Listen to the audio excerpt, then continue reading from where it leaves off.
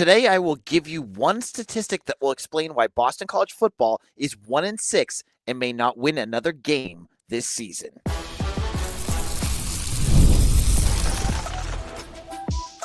You are Locked On Boston College, your daily podcast on the Boston College Eagles. Part of the Locked On Podcast Network, your team every day.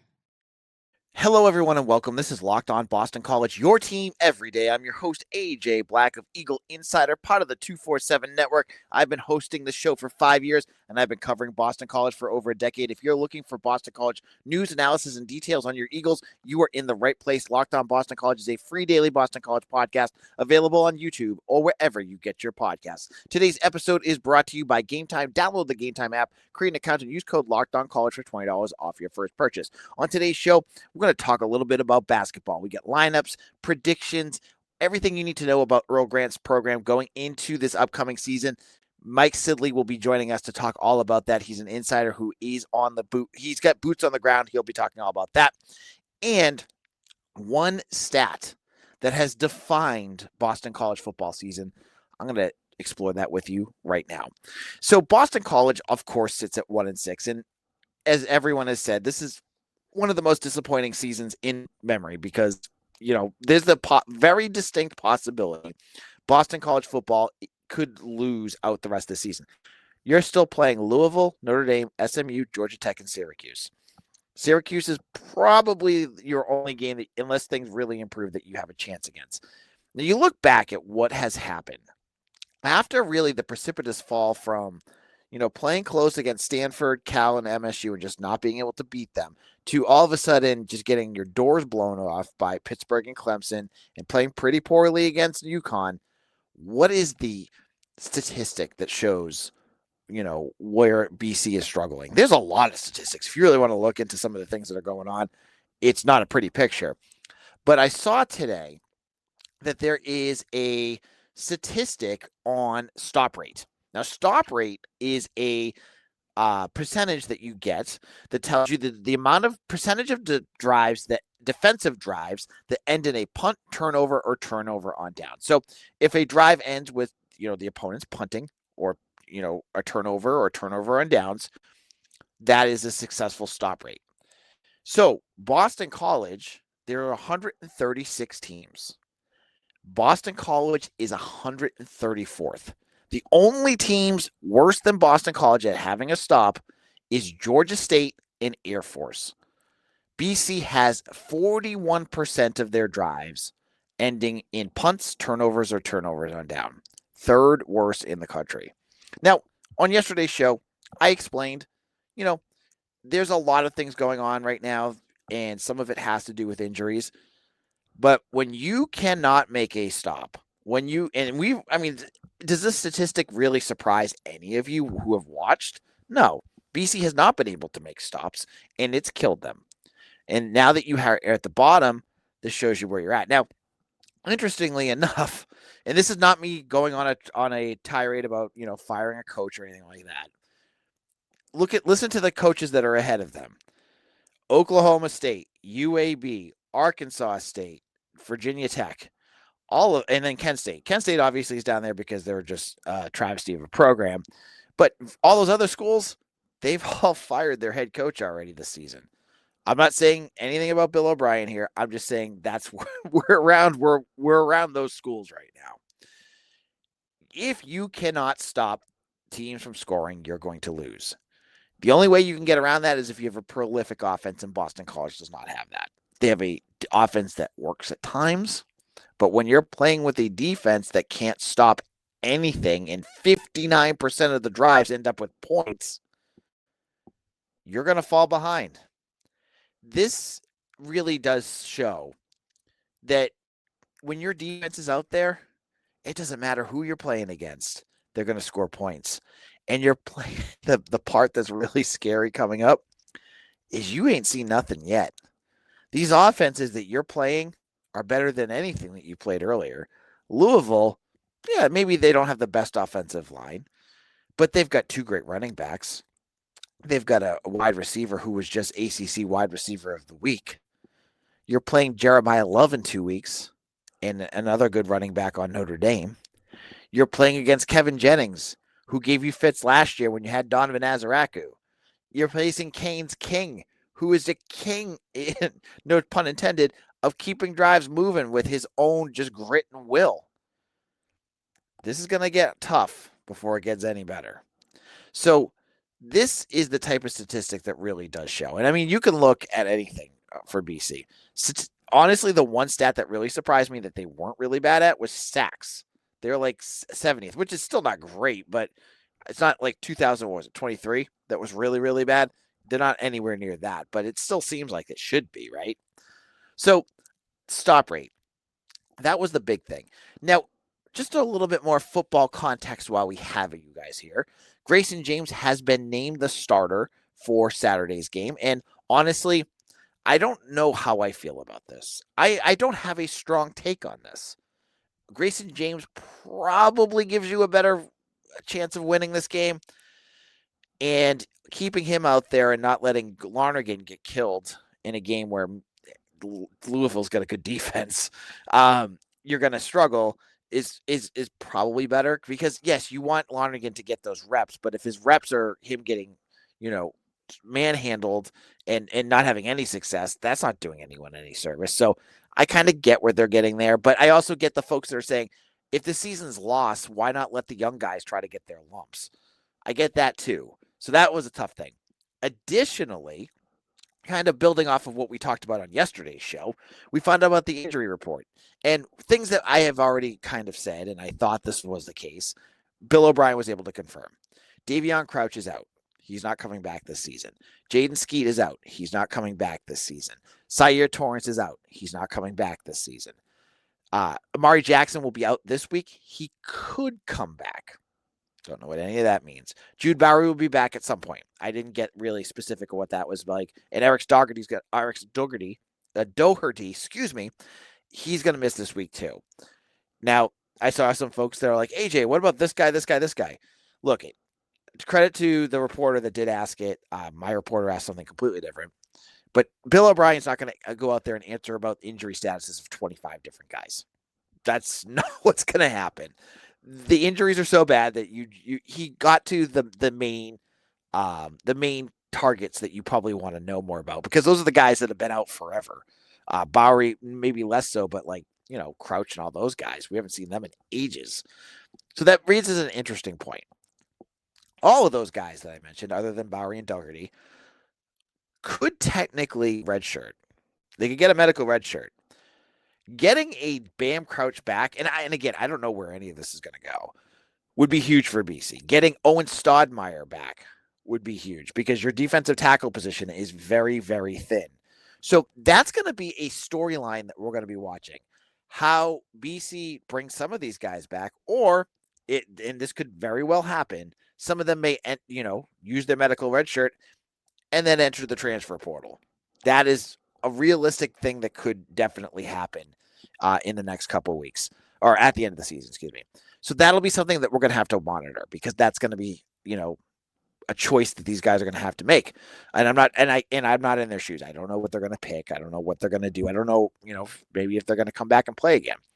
But in a moment, let's talk basketball. Hope springs eternal for Earl Grant's program, and we're going to talk all about it with Mike Sidhly of Eagle Insider. We'll be right back in just a moment.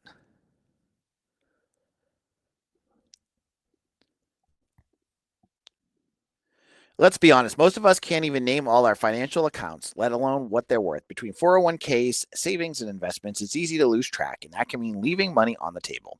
That's why I started using Monarch, an all-in-one personal finance tool that brings your entire financial life together in one clean, easy-to-use interface on your laptop or your phone. It's helped me to organize my accounts, track my spending, especially going out to dinner with my family, and handle my investments without having to touch a spreadsheet. Don't let financial opportunities slip through the cracks. Use code LOCKEDONCollege at monarch.com for 50% off your first year. That's monarch.com, code LOCKEDONCollege for half off your first year.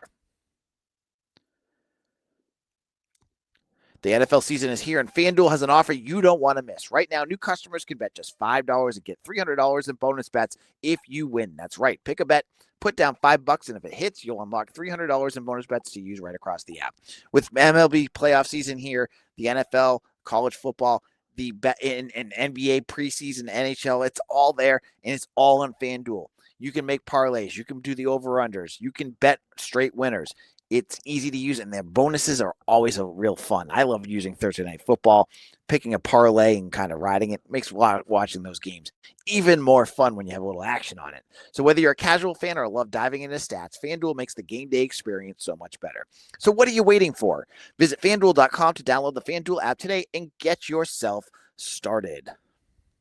Locked On Boston College, AJ Black here, and thank you to all my everydayers out there. All of you have made Locked On Boston College your first listen every day, and to my first day, for all of you who made us your first listen, you guys are our MVPs. Thank you all who have checked us out on YouTube or wherever you get your podcast. Now, basketball season is here. There's a lot to talk about as expectations are low, but hey, maybe Earl Grant will have something special. And to join us today, we have Mike Sidhly of Eagle Insider here with us. Mike, how's it going? Awesome. Thanks for having me. Yeah, let's talk some basketball. Hoops returned early. I love the exhibition game. That was a great thing for fans to have that back, even if you lose to UConn. And hey, it was like a BC tradition all week to lose to UConn. But hey, we're not going to talk about that. Anyways, Earl Grant. This is a big year for Earl Grant. As you know, I think he's got to. It's almost like a put up or shut up year for him because he's got to figure out how to get this team to start winning. Talk about where his where he's been and kind of where things are going this year for Earl Grant. Yeah, sure. So talking about coach is kind of a great lead up to sort of get into the season. And you know, he's back coaching for the Seagull team. I mean, Blake James tied his horse to Coach Grant for better or worse in 2023 when he signed him through the 28-29 season. And then obviously there was some thought that his contract was going to get bought out last year, but he's back. And, you know, there's some valid criticism that goes his way, whether it's late game situational flubs like last year's UNC matchup, blowing leads at home, questionable lineups and play calling. But it's very clear that at the end of the day, he gets buy-in from his players. I mean, Donald Hand is back on this team. Jaden Hastings is back. Fred Payne is back. These are guys that want to be at Boston College, even after a tough season. And, you know, Earl's style is gritty, not pretty. Like, you have to have a certain level of toughness to play on this team. He's very even keeled. He doesn't let himself get too high or too low. And I think the players take on the persona of their coach, you know, and to Earl's credit, again, he went out and got Trey Beamer, the 4-star 2026 commit, to come to Boston College. He's their second highest recruit in program history. So Earl did that. So I think there's something to be said about that and how they're also in on some, you know, some other big recruits. And he's also gone out and made some pretty good portal additions as well. I mean, the guys you brought in last year from the portal weren't great. I think he understands the team's deficiencies from last year, and he went out and got guys that are going to make this team longer and a lot more athletic. Yeah, we'll talk about those guys in a moment, but you brought up Donald Hand. Let's get into Donald Hand. Now, this was a guy that was really the lifeblood of BC, and you looked on Twitter last year, and every BC fan is like, well, that's the end of Donald Hand. He's going somewhere else. Someone's going to pay him. Well, guess what? You know, a week after the season, he puts out a video. He's coming back. This is huge for BC. He scores, 27 points in the exhibition game. Shows really that you have an elite scorer, something that you desperately need in an Earl Grant system. Yeah, sure. And I mean, you know, when I asked Coach Grant about that, the last game of the year last season, the answer I got was kind of like, I don't know if he's that confident that he's coming back. But I mean, that has to be the biggest narrative coming into the year. I mean, like you said, you know, there was a lot of doubt that he was going to be back at this program. And he was a sought after guy that checked a lot of boxes for teams that were frankly much better than you. But on March 31st, he confirmed his return to the program, and it can't be undersold how incredibly important it is for a guy of his caliber to be on a developing basketball team like this. I mean, you have a dude. This is your bona fide stud. It's your iteration of Quentin Post, and he's a top player in the ACC, and he's an Eagle again. So you have to be happy about that. And also, you know, Jaden Hastings and Fred Payne are back as well. Like, if you followed this team like I did last year, looking at the roster and how things played out, you felt as though, you know, honestly, everybody else can walk, but you need to retain DJ, Jaden Hastings, and Fred Payne. Those are your big three. They're your pillars, and they're all back. I think on paper you got everything you wanted as far as retention goes. Yeah, and speaking, you know, there were players that left. You lost an Elijah Strong, Chaz Kelly, who I know was a fan, not a fan favorite, but a media favorite. He was a really nice guy, like really. Mm-hmm. But he's at Georgia Tech now. You had a few other players that ended up going elsewhere as well. But BC went out and made some really interesting moves in the portal. I think really highlighted by Jason Asemota, who is a former 5-star local recruit, one of the top in the state in his class, who comes over from Baylor. Didn't see a whole lot of him in the exhibition game, but talk about Asemota and some of these transfers that are coming into Boston College. Yeah, so Asemota, if you look at his stats from when he was at Baylor, they don't jump off the page to you at face value. But if you look at his per 40 minutes, or in other words, what he would have averaged if he did start or get big minutes, he's a good two-way player, almost a Draymond Green type guy. Like those per 40-minute stats are over 10 points per game, high in rebounds, high in assists. Decent guy, when it comes to stealing the ball. And he just seems like somebody that if he gets an opportunity, that he's going to make the most out of it. Like you said, that former 5-star, that means something. And I think he's yet to kind of show that, and he's developing into himself, and I'm excited about him. But, when we look at last year as a whole, just looking at the 15 guys on the roster, the average height was 6'4". And the average height this year is 6'5.5". And you say, that's only 1.5 inches. But if you're looking at the entirety of the roster, that's a big difference, especially if you were watching some of the games last year and saw the lineups on the floor. They looked really undersized and they were getting bullied inside. So I think that's a big difference. And if you want to talk about big men, let's talk about Bowden Koepka, right? He's the 6'11 junior that came in from Butler. He's now the tallest player on the roster. I mean, you had no guys listed at his size last year. He comes in, immediately gives you size under the rim. He's a decently crafty finisher for his size. He can shoot outside as well. More than half of his shot attempts last year came from three-point range. He wasn't very efficient, but he can shoot that when he needs to. I think Coach Grant is going to rein in some of that usage, but he's also a good defender as well.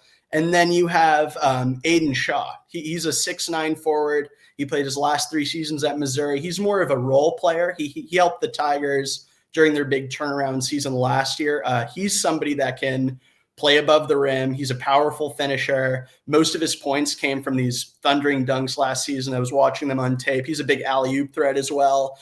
He's another big man that isn't stagnant. He can move around and make things happen, and I think that's big. And then I think the biggest piece they've gone, in my opinion, is Chase Forte. He's the transfer guard from South Dakota University. He's on his 5th collegiate team. So that's kind of crazy in and of itself. He's getting his master's degree. So good for him. But he's the prototypical Earl Grant guard to me. He's a big two-way player. He played at a ridiculous pace last season. And I love this stat, and I brought it up during my conversation with Chase this offseason. South Dakota was 3rd in the country as far as points per game, but they were 2nd to last in the country as far as points given up. So, I mean, if you're looking at that, he's used to just playing at a blistering pace, sprinting up and down the court, and he's playing fantastic defense. He was the Summit League Defensive Player of the Year last year while averaging 18 points per game, shooting 47% from the field, rebounding, facilitating, and he's an athlete too. This is somebody that can dunk on guys, and he will drive aggressively with defenders under the rim. I'm very, very excited about his contributions. And then with that being said, we haven't even, looked at some of the freshman contributors here. So just an overall good offseason, I think something that the Eagles can build upon for sure. Let's dive into that exhibition game quickly here for a second. So BC plays UConn. Again, I said this, I love this idea. It used to be the super secret scrimmages that they used to have, and no one could watch them. You heard about them through the grapevine, like Jeff Goodman or John Rothstein would tweet about it, but you never know what happened. But these were now televised. You play an opponent that you have a history with. What did you see at Mohegan Sun? I know you got a chance to go down to it. And what stood out to you about BC? Yeah. So first of all, it was an awesome event. The place filled out really quick. Definitely I would say obviously more UConn fans and BC fans, but I was really interested to see the starting lineup that Earl decided to put on the floor. So here's what he put out: Fred Payne at point guard, Chase Forte at shooting guard, Donald Hand at small forward, Aiden Shaw at the 4, and Jaden Hastings at center. They kind of platooned that 4-5, but for those 5 guys weren't really a surprise. You were kind of looking at that power forward position and wondering what Earl Grant would decide to do. He went with Aiden Shaw. He looked fine for the most part. I didn't see anything of him that was like, wow, this guy's a stud or anything like that. But he's a defensive first player. You know what you're going to get out of him. Physical defender, tough defender, not a great shooter, playmaker, good rebounder. He had 8 rebounds, but we'll see if that's the lineup they go with going into the season. I'll get into that a little bit later. Chase, I thought, would have started at point guard, but once again, kind of take that with a grain of salt. You can look at the point guard and shooting guard as kind of a platoon role as well with Earl Grant. That's kind of what he did last year. But at a glimpse, BC kind of performed how they did with UConn, as they did a lot of times last year while playing against tough opponents. They started rough, slowly crawled their way back in, and even took the lead, but then faltered down the stretch, ended up losing 52-71. That all being said, this wasn't a real game type situation, right? BC played all their guys, same with UConn. Some of these are players getting their first look at college basketball. They'll probably not see the floor all year, but it's the first look at basketball that we're going to get. So take it with a grain of salt, but I'm just analyzing, what I saw. Both teams didn't really shoot well. BC shot 32%, UConn shot 38%. So just getting off the rust a little bit. But just as far as like a timeline goes, Jaden Hastings had 3 fouls in the first 10 minutes. He tends to play a little over aggressive defensively, especially in the first half of games. Something that really concerned me early on was when Donald Hand went to the free throw line for the first time, which, by the way, this guy shot 86% last year from the line. Got there a lot because he's a guy that drives for contact. But anyways, he gets to the line and he brings the ball up to shoot, and he kind of awkwardly pauses at the top of his release. He pushes his body forward, shoves the basketball up towards the rim in this like awkward jerky motion. And I posted a video on X on the Eagle Insider account if anybody wants to take a look at that. But I looked at some film last year, and while he did pause a little bit on his release, it was a lot more fluid last year, and it didn't have as much of like a prolonged break or awkward looking finish. And, I asked Coach Grant about it after the game, and he said, if it ain't broke, don't fix it. But I did notice a little something. So I think in that kind of contradictory statement, I think he agreed that there was a little bit of sort of a weird thing going on there, and it affected him in the first half. He only shot 5% of the 5 for 10 from the line. He did settle in eventually and finish 12 for 18. So much better second half, but still something to look for in the first couple games of the season. BC was down by as many as 16 points in the first half. They cut it to 8 going into the break. DJ led the way with 12 points in the first half. Fred Payne had 7.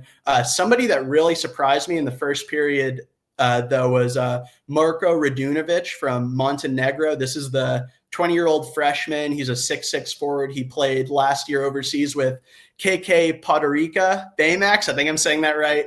It's a team in the Montenegrin First League. It's the elite division in his country. So he averaged 15 points last year, 8 rebounds. So he came in more polished and obviously older than a normal freshman is, but he just looked like he belonged out there to me. He's a great perimeter defender, and while he's not overly fast, he is athletic and he has great body control and balance on defense and offense. He had a nice up and under layup that BC posted on their social media. He positioned himself well in a catch and shoot situation. He just looks fluid. I think he's going to be getting some big minutes this season. He just looked solid, great defensively. Just kind of getting into the second half a little bit. This is what BC did a lot last year, is they would have a slow start, have a great middle of their game, and then falter towards the end. So, of course, BC went on a 12-2 run for the first 7 minutes. They had a 3-point lead, actually. They were leading 40-37 with 13 minutes to go, but they faltered down the stretch big time. They let UConn go on a 34-12 run in the last 13 minutes, and they didn't score for the last 5 minutes of the game, actually. So, kind of, like I said, akin to last year, finding rhythm, stealing the momentum back, but just tripping over themselves down the stretch and not being able to finish. And, while it's an exhibition, that I think is a,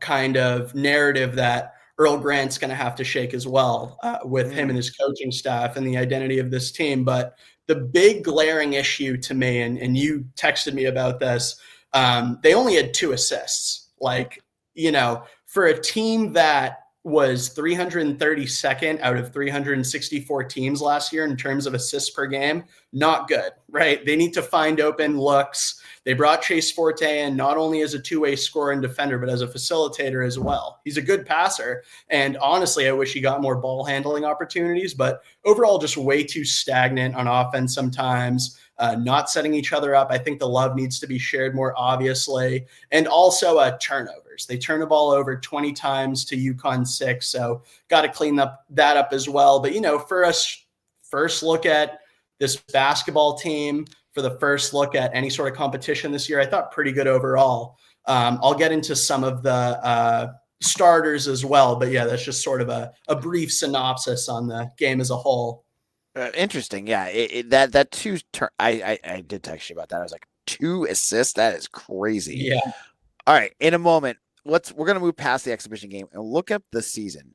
Is this going to be a season where Earl Grant can actually push forward, or are there going to be are we going to have another rough season for Boston College? We'll get into that in just a moment.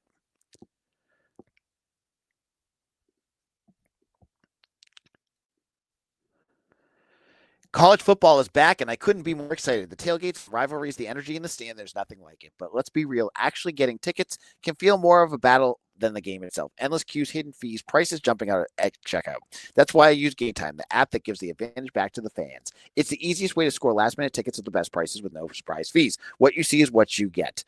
Now, I loved Game Time. I used it earlier this season to go to a BC football game with my family. I bought 9 tickets, got ticket prices that were unbelievably inexpensive, and the fees were all included in it. So what I saw was what I got. They were delivered immediately. They were delivered quickly and efficiently, got them into my family's hands, got to the game. It was so easy to use. I can't recommend them enough. To take the guesswork out of buying college football tickets with Game Time, download the Game Time app, create an account, and use code LOCKEDONCollege for $20 off your first purchase. Terms apply. Again, that's promo code LOCKEDONCOLLEGE for $20 off. Swipe, tap, ticket. Go download Game Time today.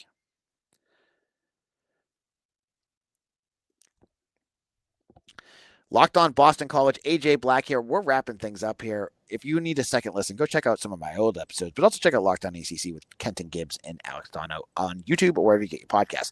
All right, Mike, this season, Earl Grant, is it I think it's year 5, right? Mm-hmm. Is that right? Year 5 for Earl Grant. What are your expectations for the lineup, predictions? What do you have going on for this upcoming season? Yeah, so as far as the lineup goes, I think what you saw in the exhibition game is pretty much what they're going to do, at least for the first game of the year against Florida Atlantic on the 3rd of November. Personally, I would like to have seen or would like to see Bowden at center and bring Jaden to the power forward slot. I think Jaden is able to do a lot more with a true big man on the floor. I know Aiden's listed at 6'9". He didn't really look it to me. He looked more like 6'8", 6'7". I think just – we saw it last year with Chad Venning. I think when Jaden has another big man on the floor that can take the pressure off, he can do a lot more and not be kind of confined to a box. But I think it's going to be, I think Forte should be at point guard. I think Payne's going to be at shooting guard, Hand obviously at small forward, and then Shaw and Hastings. We'll see with Shaw. I mean, if he can do what he does defensively and shoot above 40% on the other end, I think that'll be good enough. He's a tough, gritty defender. I think that's what they're looking for. And you do have a lot of advantages with Koepka coming off of the bench. But yeah, I think that lineup is pretty much as is. And I think as far as, the team as a whole to start the year with 13 non-conference games to start the season, I think they really have an opportunity to get off on the right foot and gel as a unit. There's some tough competition in these first 13 matchups.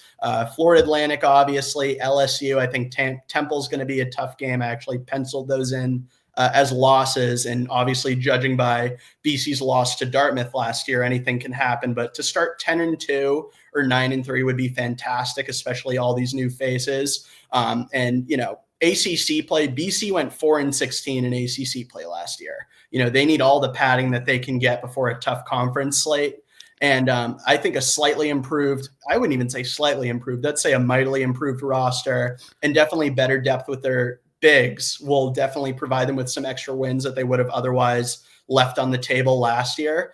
But, obviously, as a homer, I'm an optimist. I'll be inflating this prediction, whether I like it or not.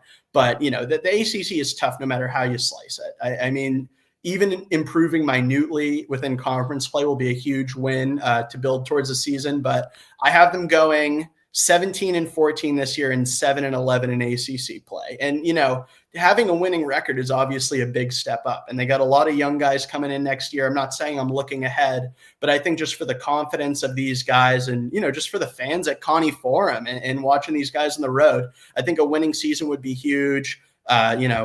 Thank the heavens for those first 13 non-conference games. I'm not saying it's going to be a cakewalk, but it'll be a nice, first few weeks of BC basketball, I believe, to sort of settle in and get the right foot forward. Yeah, and 17-14 would put them very close to probably an NIT bid. That would be, again, another step in the right direction if they could do that. Do you have any surprises that you're expecting this season? So I have an unsung hero award. And to me, I think the unsung hero is going to be Luca Tays. And he, to me, really has the potential to lead the second group as a point guard. He started out last year playing, small minutes, looking very tentative. His confidence wasn't really shining through with his play, and he really struggled for like a 16-game stretch. In the middle of the season, he shot a combined 1 for 20 from that. During that stretch, a really tough run, but to finish the season strong, to his credit, last 4 games averaged, 47% shooting, 6 points per game in 15 and a half minutes of play. He also found confidence in his ball handling abilities, commanding the floor, racking up assists, setting up off-ball teammates for scoring plays. I can see him in a key bench role this year, running the second group as a true point guard, and I think that passing is going to be the crux of his game. And with those 2 assists in the UConn game, you need somebody that's going to be that key facilitator along with Chase Forte. I also have a biggest what if to me, and that guy to me is Jaden Hastings. He's in a position to go either way as a player this year, in my opinion. He showed flashes of greatness last season, especially later on when he was creating his own shot and driving more frequently. And his athleticism really shines through to me on both ends of the floor when he's at his most confident. And when he's shown full trust by the coaching staff. Sometimes I think the role that this staff makes Jaden Hastings play puts him in a box, like I said. And when this is done, I think his play declines dramatically. He's not able to adjust to roles as well as you would like him to, especially on the offensive side of the floor. Defensively, he can go either way as well. He'll have games where he looks like one of the best rim protectors in all the ACC, and others where he fouls too early and often, like in the exhibition game, and he puts the team in a tough spot. And I think in essence, he's a low floor, high ceiling kind of guy. He's sort of like the Dylan Lonergan of the basketball team. So I think it'll be really interesting to see where the pendulum swings on that one. Well, this is great. Thank you so much, Mike. We're going to wrap things up here. Lots of basketball talk. I know a lot of fans are really now with football clearly struggling. They're looking forward to some basketball to hopefully get their spirits back up. And obviously that's a risky situation given the history of BC basketball, but hope always springs eternal. Mike, where can people find your work? You can find me on Eagle Insider. I'm Mike_Sidley. I cover football, basketball, obviously, and just looking forward to the upcoming season. I'll have recaps for you guys, some other stuff. So yeah, really excited to get back to Conti Forum covering this team. And you can check me out on Twitter at AJBlack247. I'm the editor over at Eagle Insider, and we have a great staff. So come over and check all that out. We got hockey, basketball. We'll have women's basketball covered as well. Check all that out. And tomorrow's show, I will be joined by Dalton Pence of Locked On Cardinals. We're going to do a crossover episode on BC Louisville, 26-point spread as we speak. And we'll talk about that upcoming weekend game, and you'll have to check that out here on Locked On BC. So thank you all for joining me. We'll see you again tomorrow for another episode of Locked On Boston College, your team every day.